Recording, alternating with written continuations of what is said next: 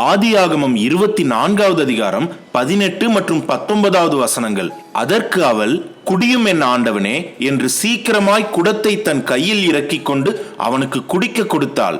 கொடுத்த பின், உம்முடைய ஒட்டகங்களும் குடித்து தீரும் மட்டும் அவைகளுக்கும் மொண்டு வார்ப்பேன் என்று சொல்லி, రిబ్కాలో కేవలం బాహ్య సౌందర్యమే కాదు, పరిశుద్ధతే కాదు, ఆమెలో చక్కని ఆతిథ్యము చేసే హృదయము, చక్కని దయా హృదయం కూడా ఉన్నట్లుగా మనం చూస్తున్నాం. She was a woman with a kind heart. ரெபேக்காவிலே வெறுமனே வெளிப்புற தோற்றத்தின் அழகு மாத்திரம் இராமல், பரிசுத்தம் மாத்திரம் இராமல், பிறரை உபசரிக்கிற, நன்கு விருந்தோம்பல் செய்கிற ஒரு நல்ல கனிவான இருதயமும் ரெபேக்காவிலே இருந்தது. దారిన పోతున్న వ్యక్తులు, స్ట్రేంజర్స్, పాసర్స్ బై, కేవలం వారు ఊరును దాటి వెళ్తున్నవారు, ఆమె వారిని ఎప్పుడు కలుసుకోలేదు, అంతకుముందు వారిని ఎప్పుడు చూడలేదు. అయితే ఒక వ్యక్తి అక్కడికి వచ్చాడు, అతనితో పాటు ఇంకొంతమంది ఉన్నారు. అక్కడ ఒక 10 ఒంటెలు ఉన్నాయి. చూడగానే వారు చాలా దూరం నుంచి ప్రయాణం చేసి వచ్చినట్లుగా కనబడుతున్నారు. అయితే వెంటనే ఆమె ఆఫర్ చేసింది ఏమనంటే, అయ్యా, మీకు దాహానికి మీకు నీళ్ళు ఇస్తాను, మీకు మాత్రమే కాదు మీ ఒంటెలకు కూడా నేను వాటర్ సప్లై చేస్తాను, మీ ఒంటెలకు కూడా నేను వాటర్ ప్రొవైడ్ చేస్తాను. வழியில போறவங்க, அவங்க யாருனே தெரியாது, வழிபோக்கர்கள், வெறுமனே அவங்க ஊரை கடந்து போறவங்க. இதுக்கு முன்னாடி அவங்கள ரெபேக்கா எப்பயுமே பார்த்ததில்ல, எப்பயுமே சந்திச்சதில்ல. ஆனா ஒரு மனுஷன் அங்க வந்திருக்கிறாரு. அவரு கூட சில பேர் இருக்காங்க. அவரு கூட 10 ஒட்டகங்கள் இருக்கு. பாக்குறதுக்கு அவங்க ரொம்ப தூர தேசத்துல இருந்து பிரயாணப்பட்டு வந்திருக்கிற மாதிரி இருக்கு. உடனே ரெபேக்கா என்ன ஆஃபர் பண்றாங்கன்னா, ஐயா, நீங்க தூர தேசத்துல இருந்து வந்திருக்கீங்க, நீங்க ரொம்ப தாகமா இருப்பீங்க, உங்களுக்கு நான் தண்ணி தர்றேன், உங்க தாகத்துக்கு நான் தண்ணி தர்றேன், உங்களுக்கு மாத்திரமல்ல உங்களோட ஒட்டகங்களுக்கும் நான் தண்ணி தர்றேன் அப்படின்னு ரெபேக்கா சொல்றாங்க. ఆ రోజుల్లో మోటార్స్ లేవండి. మోటార్ అయితే స్విచ్ ఆన్ చేయగానే వెంటనే ఎన్ని బకెట్లు కావాలంటే, ఎన్ని బిందెలు కావాలంటే అన్ని నిండిపోతూ ఉంటాయి. కానీ ఆమె ఒక బావిలోనికి దిగి వెళ్ళి ఆ నీటిని పైకి తీసుకొని రావాలి. So it took her lot of time, effort and energy. ఆమె చాలా సమయాన్ని వెచ్చించింది, ఆమె శక్తిని వెచ్చించింది, చాలా ప్రయాసపడింది కూడా. அந்த காலத்துல மோட்டர்லாம் இல்லைங்க. ஒருவேளை மோட்டர் இருந்திருந்தா ஸ்விட்ச் ஆன் பண்ணோன்னு எத்தனை பக்கெட் வேணுமோ, எத்தனை டேங்க் வேணுமோ அதை ஈஸியா நிரப்பி விட்டுறலாங்க. ஆனா நம்ம ரெபேக்கா ஒரு கிணத்துக்குள்ள கீழே இறங்கி போய் தண்ணி எடுத்துட்டு மேல வரணும். ரெபேக்கா அவங்களோட நேரத்தை அதுல செலவிட்டாங்க, அவங்களோட பலத்தை அதுல செலவிட்டாங்க, அவங்களோட சக்தியையும் அதுல செலவிட்டாங்க. కొన్నిసార్లు మనకి సహాయం చేయడానికి మనసు ఉంటుంది, కానీ దానికి ఒక లిమిట్ ఉంటుంది కదండి. 10 ఒంటెలకు నీళ్లు పోసిందంటే మనకు తెలుసు. క్యామెల్స్ని ఏమంటామంటే, మరి డెజర్ట్లో క్యామెల్స్ చాలా నీరు తాగి వాటి కడుపులో ఆ వాటర్ని భద్రపరుచుకుంటూ ఉంటాయి. కొన్నిసార్లు ఆ ఎడారుల్లో ప్రయాణం చేసే వారికి నీరు అందుబాటులో లేనప్పుడు ఆ క్యామెల్ని చంపి దాని కడుపు కోస్తే కూడా దాని కడుపులో చాలా వాటర్ వారికి దొరుకుతూ ఉంటాయంట. క్యామెల్స్ చాలా వాటర్ తాగుతాయి. క్యామెల్స్ను అంత ఈజీగా మనం సాటిస్ఫై చేయలేం. ఆమె 10 ఒంటెలకు, అలాగే అక్కడున్న వారందరికీ దాహం తీర్చిందంటే దాదాపు ఒక 40 నుండి 50 సార్లు ఆ బావిలోనికి దిగి వెళ్ళి నీరు తీసుకొని పైకొచ్చి వారికి నీళ్లు పోసింది. అంటే ఆమె కష్టపడే మనస్తత్వం కలిగిన స్త్రీ. She was a hard working woman. சில நேரங்கள்ல நமக்கு உதவி செய்யறதுக்கு மனசு இருக்கும், ஆனா அதுல சில கட்டுப்பாடுகள் இருக்கும், சில லிமிட்டேஷன்ஸ் இருக்கும். 10 ஒட்டகங்களுக்கு தண்ணி கொடுக்கறாங்கன்னா அப்ப நம்ம புரிஞ்சுக்கணும், பாலைவனங்களில் வாழ்கிற இந்த ஒட்டகங்கள் அதிகமான அளவில் தண்ணீரை குடித்து தன்னுடைய வயிற்றில் தண்ணீரை சேகரித்து வைத்திருக்குமாம். சில நேரங்கள்ல பாலைவனத்துல பிரயாணம் பண்றவங்க அவங்களுக்கு எங்கேயுமே தண்ணி கிடைக்கலனா கடைசியில ஒட்டகத்தை கொன்னு அந்த ஒட்டகத்தோட வயித்துல இருக்கிற தண்ணியை குடிச்சு உயிர் பிழைச்சு கொள்வாங்க.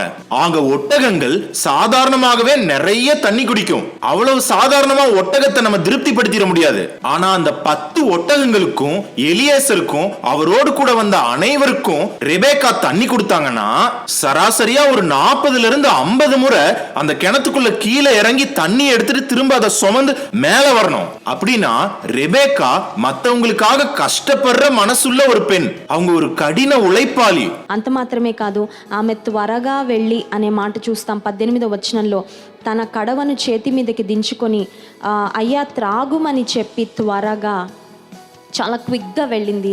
அது மாத்திரமல்லாமல் 18வது வசனத்தில் நாம் வாசிக்கிறோம், அவள் சீக்கிரமாய் குடத்தை தன் கையில் இறக்கிக் கொண்டு அவனுக்கு குடிக்க கொடுத்தாள். அவள் மெதுவாக அல்ல, சீக்கிரமாய் அவனுக்கு தண்ணீர் கொடுத்தாள் என்று நாம் வாசிக்கிறோம். ఇంకోటి ఏంటంటే she went the extra mile. ఆమె అనుండొచ్చు, జంతువుల సంగతి నాకు తెలియదండి, మీ వరకు మాత్రం నేను సహాయం చేస్తాను, మీ వరకు మీ దాహం తీరుస్తాను, మీ వరకు నేను వాటర్ ప్రొవైడ్ చేస్తాను అని చెప్పలేదు. కానీ she went the extra mile. ఆమెలో మరి ఎలియజరుకు కనబడిన మరొక ప్రాముఖ్యమైన లక్షణం ఏంటంటే he saw that she was a women who can give great hospitality.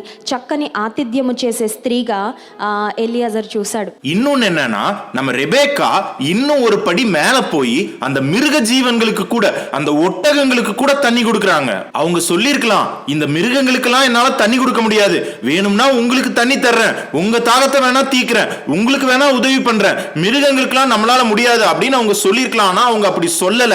அவங்க இன்னும் ஒரு படி மேல போய் அந்த ஒட்டகங்களுக்கு கூட தண்ணி கொடுத்தாங்க. ரெபேக்காவிலே எலியேசருக்கு காணப்பட்ட வேற ஒரு அருமையான குணம் என்னவென்றால், ரெபேக்கா பிறருக்கு நல்ல விருந்தோம்பல் கொடுக்கிற ஒரு பெண்ணாக, பிறரை நன்கு உபசரிக்கிற ஒரு பெண்ணாக காணப்பட்டார். దేవుడు అబ్రహామును శారాను దర్శించినప్పుడు, ముగ్గురు దేవదూతలు వారి ఇంటికి వచ్చినప్పుడు అబ్రహాము శారా త్వరపడి, వారు వృద్ధాప్యంలో ఉన్న వారికి అంత కష్టపడి ఆతిథ్యం చేయాల్సిన అవసరం లేకపోయినా ఎరుగకనే దేవదూతలకి ఎంత అద్భుతమైన ఆతిథ్యం చేశారో ఆ సమయంలో ఎలియజర్ చాలా జాగ్రత్తగా గమనించి ఉంటాడు. నా యజమానుడు, నా యజమానురాలు చక్కని ఆతిథ్యం చేసే వ్యక్తులు, వీరింటికి వచ్చే కోడలు, వీరింటికి వచ్చే యవనస్తురాలు కూడా చక్కని ఆతిథ్యం చేసే స్త్రీ అయితే సరిపోతుందని ఆలోచించి ఉంటాడు. ఈ విషయంలో కూడా ఆ టెస్ట్ కూడా రిబ్కా పాస్ అయిపోయిందండి. దేవుని దగ్గర టెస్ట్ పాస్ అయిపోయింది రిబ్కా. పరిశుద్ధతను కాపాడుకున్న స్త్రీ, కన్యత్వాన్ని కాపాడుకున్న స్త్రీ, తనకు దేవుడిచ్చిన బాహ్య సౌందర్యాన్ని ఆమె మిస్యూజ్ చేసుకోలేదు. దేవుని కొరకు ఆమె చక్కగా మరి తన్ను తాను భద్రపరుచుకున్న స్త్రీగా మనం చూస్తున్నాం. రెండవదిగా ఎలియజర్ పెట్టుకున్న టెస్ట్. ఎలియాజరు ఏ సూచన కొరకు అడిగాడో, ఏ స్త్రీ వచ్చి నాకు నా ఒంటెలకు కూడా దాహం తీరుస్తుందో, నీళ్లు చేది పోస్తుందో ఆమె నా యజమానుని కుమారునికి భార్య అని ఎవరి గురించి అయితే అనుకున్నాడో ఆ టెస్ట్ కూడా రిబ్కా పాస్ అయిపోయినట్లుగా మనం చూస్తున్నాం. கர்த்தர் ஆபிரகாமையும் சாராளையும் தரிசித்த போது 3 தேவதூதர்கள் அவர்களுடைய வீட்டை கடந்து சென்றனர். அப்பொழுது ஆபிரகாமும் சாராலும் சீக்கிரமாய் ஓடி, அவர்கள் வயது முதிர்ந்திருந்த போதிலும், அவ்வளவு கஷ்டப்பட்டு அவங்களை உபசரிக்க வேண்டிய அவசியம் அவங்களுக்கு இல்லாத போதிலும், அவங்களுக்கே தெரியாம தேவ தூதர்களை எவ்வளவு அருமையா உபசரிச்சாங்க அப்படின்றத பார்த்த எலியேசர், என்னோட எஜமானனும் என்னோட எஜமாட்டியும் எல்லாருக்கும் நல்லா உபசரிக்கிற, நல்லா விருந்தோம்பல் செய்யறவங்க, இவங்களோட வீட்டுக்கு வர்ற மருமக கூட, இவங்களோட வீட்டுக்கு வர்ற பொண்ணு கூட நல்ல உபசரிக்கிறவங்களா, நல்ல விருந்தோம்பல் செய்யறவங்களா இருக்கணும் அப்படின்னு எலியேசர் யோசிச்சிருப்பாரு. இந்த விஷயத்திலையும் கூட, இந்த டெஸ்ட்லயும் கூட ரெபேக்கா பாஸ் ஆயிட்டாங்க. ஆண்டவர் வச்ச டெஸ்ட்ல ரெபேக்கா பாஸ் ஆயிட்டாங்க. தன்னுடைய பரிசுத்தத்தை காத்து கொண்ட ஒரு பெண்ணாக, தன்னுடைய கன்னித்துவத்தை காத்து கொண்ட ஒரு பெண்ணாக, ஆண்டவர் அவங்களுக்கு கொடுத்த அழக அவங்க மிஸ்யூஸ் பண்ணல.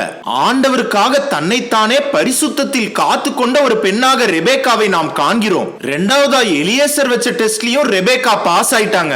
எலியேசர் ஆண்டவரிடத்தில் வேண்டிக் கொண்ட அடையாளத்தின்படியே, எந்த பெண் வந்து என்னையும் என் ஒட்டகங்களையும் உபசரித்து தண்ணீர் கொடுத்து தாகத்தை தீர்க்கிறாளோ அவளே என் எஜமானுடைய குமாரனுடைய மனைவி ஆவாள் என்று ஆண்டவரிடத்தில் ஜெபித்த ஜெபத்தின்படியே அந்த டெஸ்ட்லயும் ரெபேக்கா பாஸ் ஆயிட்டாங்க.